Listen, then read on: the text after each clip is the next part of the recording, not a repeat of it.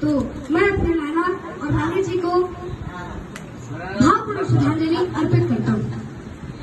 श्रीमद् भगवद गीता के 2 अध्याय के 23वां श्लोक में भगवान श्री कृष्ण अर्जुन से कहते हैं कि हे अर्जुन, आत्मा का कभी नाश नहीं हो सकता, क्योंकि आत्मा अजर, अमर और अविनाशी, जिसे न शस्त्र काट सकते हैं, न आग उसे जला सकती है, न पानी उसे भिगो सकता है और न ही हवा उसे सुखा सकती है।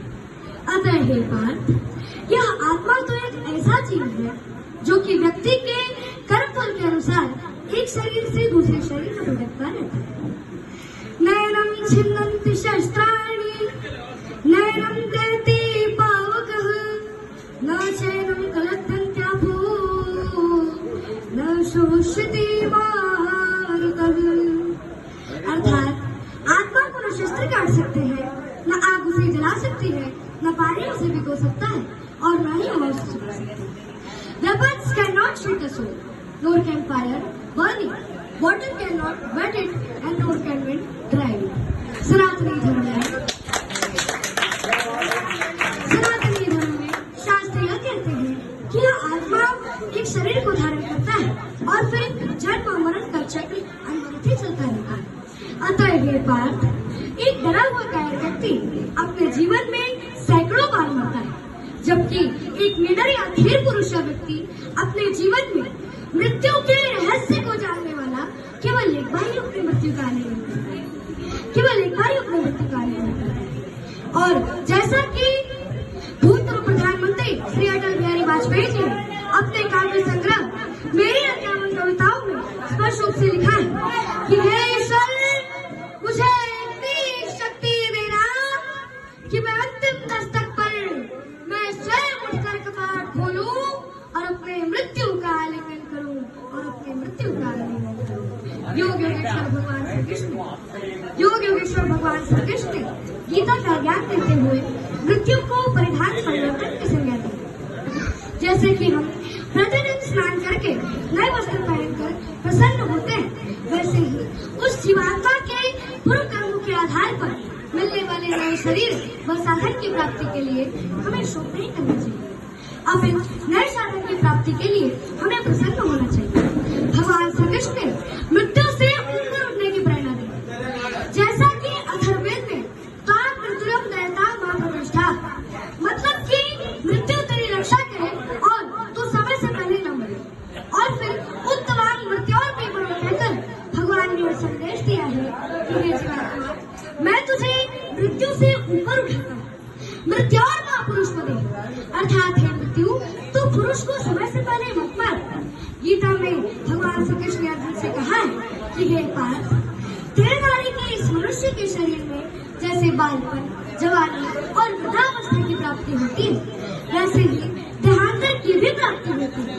अतः हे पार्थ, धीर पुरुष इसमें कभी कोई नहीं होता। देनोऽस्मिन् यथा देहे कौमारं यवनं जरा, तथा देहांतर प्राप्तिर् ध्यस्तत्र न मोहयति। देह का अर्थ है यह शरीर और देही का अर्थ है जो शरीर के भीतर रहता है, यानी आत्मा। यह सबसे पहले समझाया गया है कि देहिनास्मिन् देहे, इस शरीर में जो शरीर का निवासी वो आत्मा है, और यही आध्यात्मिक ज्ञान की शुरुआत है। Deha means this body and Dehi means who within the body. That is first of all explained. Dehna asmin Dehi. In this body, there is a resident of the body, that is soul, and that is a beginning of spirit.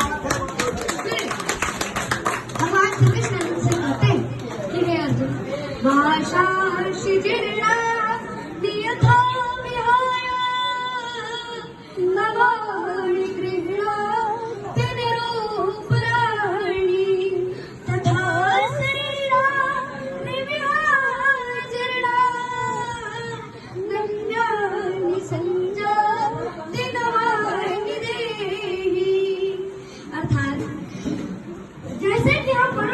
पुराने वस्त्रों को छोड़कर नए वस्त्रों को धारण करते हैं, वैसे ही आत्मा भी पुराने शरीरों को त्याग कर दूसरे नए शरीरों को धारण करती है। As a person puts on new garments, giving up old. Similarly, the soul accepts new material bodies, giving up old useless ones.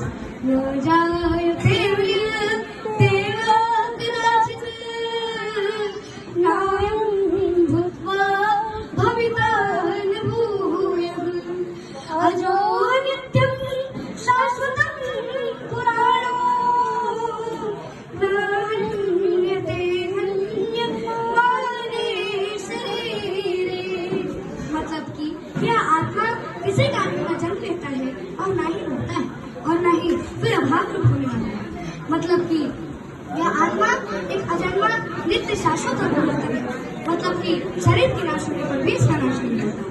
Never is this born and never does it die, nor is it that having come to exist, it will again cease to be. This one is worthless and untaking ancient. It is not his when the body is gone. जिस प्रकार से राजा परीक्षित को श्रीमद् भागवत के श्रवण मात्र से मोक्ष की प्राप्ति हुई थी, उसी प्रकार से हम मनुष्यों और